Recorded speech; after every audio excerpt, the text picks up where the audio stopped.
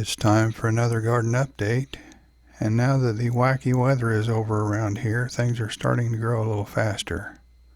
I've got a lot to talk about this week, so let's get out there and take a look at some stuff.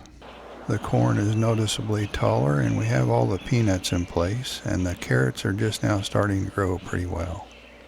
Some of the Japonica corn is getting that ornamental striping, but some of it looks pretty much like any other corn. My ornamental popcorn is almost knee-high now. The peanut plants are starting to perk up a little, and we ended up with mostly Tennessee red with just a couple of bale. Even though I thinned the carrots once, I think it's time to do it again. I'm growing a couple of different types of watermelon this year. It's been quite a few years since I've grown watermelon, so I'm not overly optimistic. The purple sweet potatoes in the straw bale are looking pretty good. And right next to the bale, I added 2 Molokai purple and 1 Murasaki. I have several hollow logs that I use for flower pots, and in those I have volunteer petunias. The micro tomatoes in the straw bale are doing pretty well, and we even have quite a few small tomatoes on them. In front of that bale, I added several more Molokai purple sweet potatoes. In the next straw bale, we have red garnet sweet potatoes with more red garnet sweet potatoes in front of the bale. Those will help keep the Bermuda grass out of the wood chips and also produce a crop. You might have noticed that I intercropped my spring crops with my summer crops, and if you want to know more about how I use intercropping, I'll put a link down below. The tomato plants are gaining some size, and from right to left they're Beronia, Brandy Fred, Tasmanian Chocolate, Firebird Sweet, and Mr. Snow, all dwarf plants from the Dwarf Tomato Project. I don't think I've mentioned it yet, but at the end of the double row of beets, I have a yacon plant growing. The orioles have really been coming into the feeders, and no matter how many feeders I put up, they just can't seem to get along. If you want to know how I made that one to the right, I'll put a link down below. The volunteer petunias in the stackable pots are doing very well. I'm thinking that before the summer is over, we probably won't be able to see the pots at all. Next to those, the ornamental peppers in the stackable pots are lagging a little bit behind.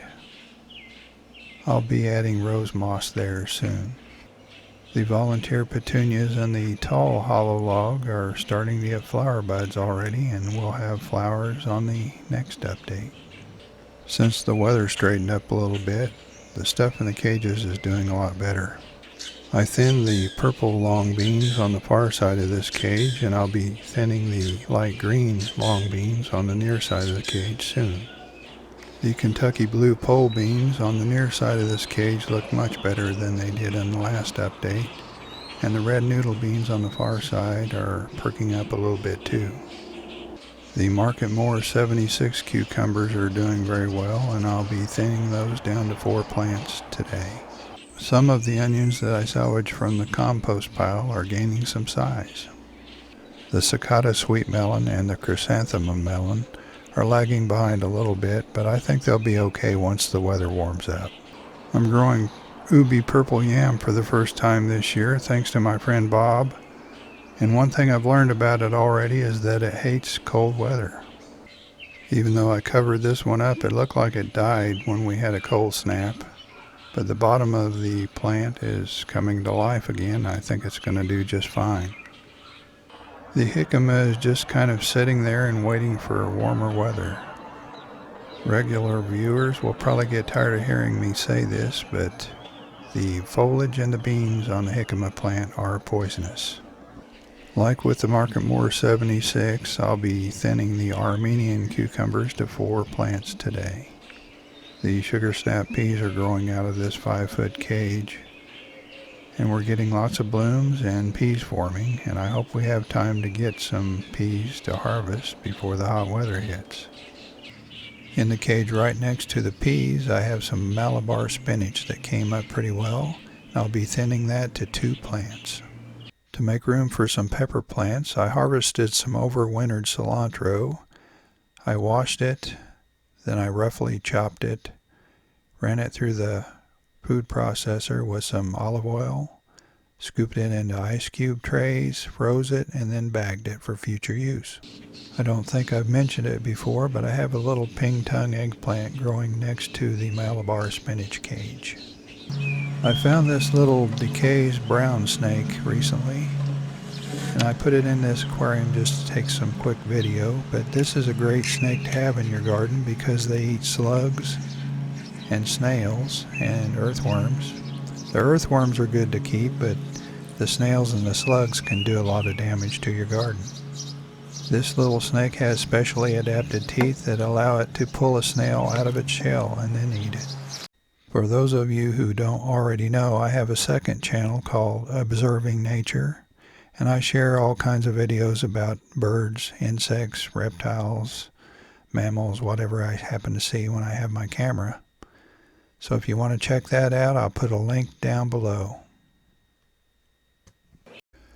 Tomorrow on that channel, I'll be posting a video about water snakes. Each year, Mother Nature plants some sunflowers for me, and some of those I'll leave and some of them have to go. The pepper plants are just now starting to grow well. It doesn't look like it, but I thinned out the lettuce in the grow bag, and we've harvested quite a bit of the lettuce in the grow bag and the spinach in the grow bag and the radishes. And we've even given some away. After I harvested all of the radishes in the last grow bag, I planted some ornamental peppers, and then next to those, we have some hot peppers in containers. While we're here, I'll just show you a few of them. First is a pepper called Jigsaw, and it's got ornamental foliage with heat about like a jalapeno. Next is a pepper called Death Spiral. And I think the name probably says a lot. Then we have a pepper called 7 Pot Chocolate, and that's a really hot one. And then at the end we have a hybrid that's a cross between a black pearl and an unknown pepper. Next is Puma, which could be considered an edible ornamental, and it has heat that goes up to about 400,000 on the Scoville scale. Then we have Apocalypse Scorpion, and that's another one with a name that tells a lot about the pepper's heat. Then we have some more F2 Black Pearl hybrids. While we're down on this end, we might as well take a look at the bananas. The Musabash Jew is about 6 feet tall now. And right next to it is the Musa Velutina, which seems pretty short compared to the Musabash Jew, but is starting to grow a lot better since the weather has warmed up. And right next to the Musa Velutina is the Dwarf Orinoco, and that's a new one for us. Lately I've been noticing a lot of ladybugs in our garden, and that's a good thing because they help keep the aphids in check.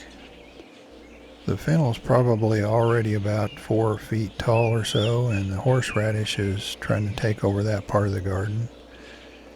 And the blackberries are just about as tall as the shed, so I think I'm going to top them a lot sooner this year. The two peppers that are off to the best start so far are the Brazilian Starfish and the Sugar Rush Peach, and both of those did very well last year.